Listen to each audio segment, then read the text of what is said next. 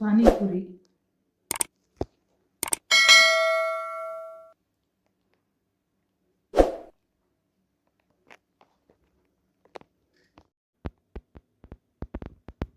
ಮೂರು ಸ್ಪೂನ್ ಧನಿಯಾ, 4 ಒಣಮೆಣ್ಸಿನ್ಕಾಯಿ, 1 ಸ್ಪೂನ್ ಜೀರಿಗೆ ಹಾಕ್ಕೊಂಡು ಇದನ್ನ ನುಣ್ಣಗೆ ಪುಡಿ ಮಾಡ್ಕೋಬೇಕು.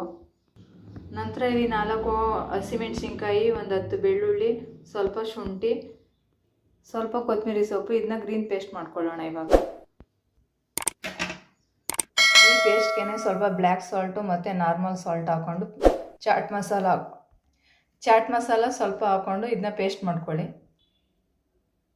ಗ್ರೀನ್ ಪೇಸ್ಟ್ ಆಗಿದೆ. ಈಗ ಇಲ್ಲಿ 4 ಆಲೂಗೆಡ್ಡೆ ಬೇಯಿಸ್ಕೊಂಡು ಸ್ನ್ಯಾಶ್ ಮಾಡ್ಕೊಂಡಿದ್ದೀವಿ. ಬೇಯಿಸ್ಕೊಂಡಿರೋ ಕಡಲೆಕಾಳು ಹಾಕ್ಕೊಳ್ಳಿ. ಈರುಳ್ಳಿ ಸ್ವಲ್ಪ, ಕೊತ್ತಂಬರಿ ಸೊಪ್ಪು ಸ್ವಲ್ಪ,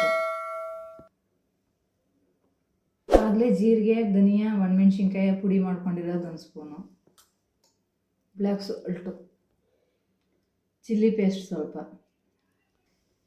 ನಾರ್ಮಲ್ ಸಾಲ್ಟ್ ಸ್ವಲ್ಪ, ಮಸಾಲ ಅರ್ಧ ಸ್ಪೂನು,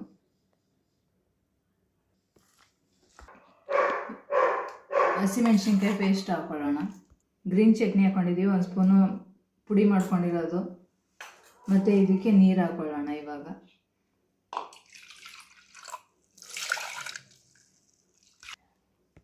ಬ್ಲ್ಯಾಕ್ ಸಾಲ್ಟ್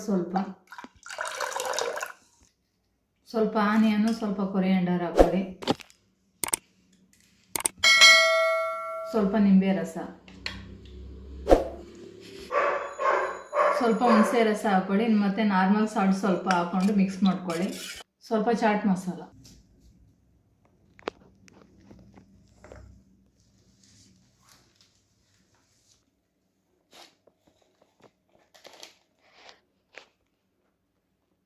ಪಾನಿಪುರಿ ಈಗ ರೆಡಿಯಾಗಿದೆ.